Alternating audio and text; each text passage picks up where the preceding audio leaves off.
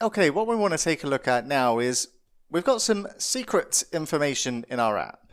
This key is something that you would never want to reveal on the internet. Now, this is just development, and this isn't the real key that I would use in a production application. This is purely for development. I'm actually quite happy with calling this key what it is right now whilst I'm developing the application. But of course, there are certain things that you would not want to store inside your code, especially not if you're saving your source code, as we are, into a public Git repository such as GitHub.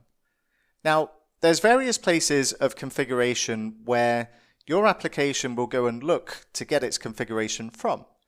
Now, the top level of place that it's going to look is the server environment variables.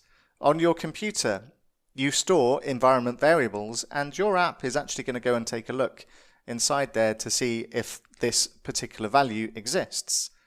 But what we also have in our file system here, we've got two files. We've got our app settings development.json, which contains configuration, and we've got our app settings.json itself. Now, the app settings development.json is only used when we're running in development mode. The app settings.json is used whether we're running in development or production or any other mode. Now, for things like developer keys, and the type of key I'm talking about here, the super secret key, I don't care if somebody sees that I've set my secure key as that in my development file.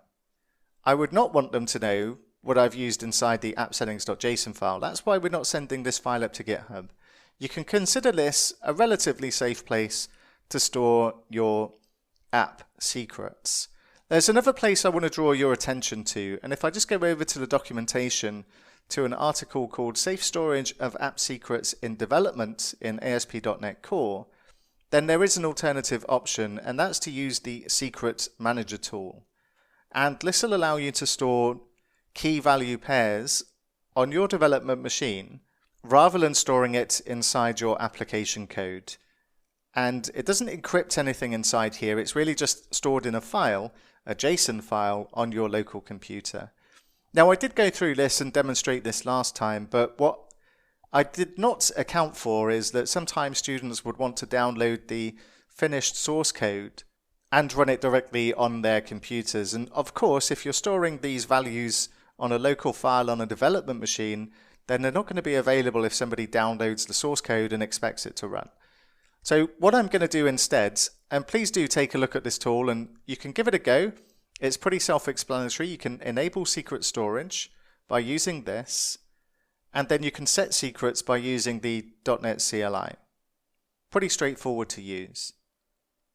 But what we're going to do is we're going to store our keys inside the app settings development.json for things that we don't care if somebody sees what they've called them on the internet. So I don't care, for instance, that my SQLite connection string is in my app settings development.json. It doesn't contain any password information for a SQLite database connection string. If this was a MySQL or a SQL Server or something else, then I would not want this to be publicly available. But I don't care about this one. So I also don't care about the token key, and we'll call it token key inside here. And I'm just going to set this to super secret key. Now, like I say, I don't care if somebody sees what I've called this, because I'll never use this key in production. I will use a properly secure key, and we'll take a look at that when we do publish the application a bit later on.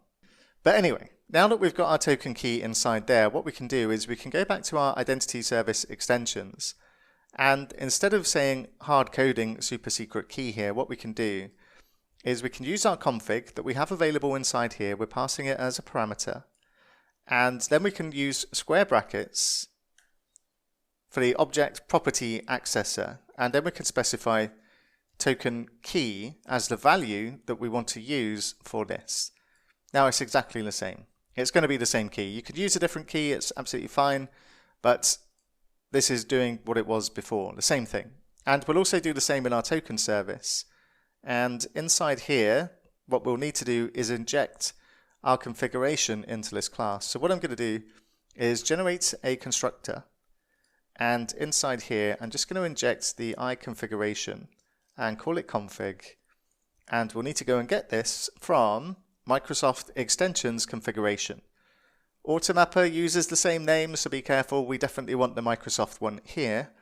And then we can go ahead and initialize the field from parameter, and then we can replace our hard-coded string for _config, and then use the square brackets and access the token key. Now, once our application's restarted, we should find ourselves in exactly the same position we were before. We should be able to go and log in our user and get a new key and copy this into our clipboard. And to make sure this works, we're just going to replace our bearer token with the key that we've just received from our server and click send. And we get our activity back just as we did before. Perfect. What we'll take a look at next is how we can add an authorization policy into our application.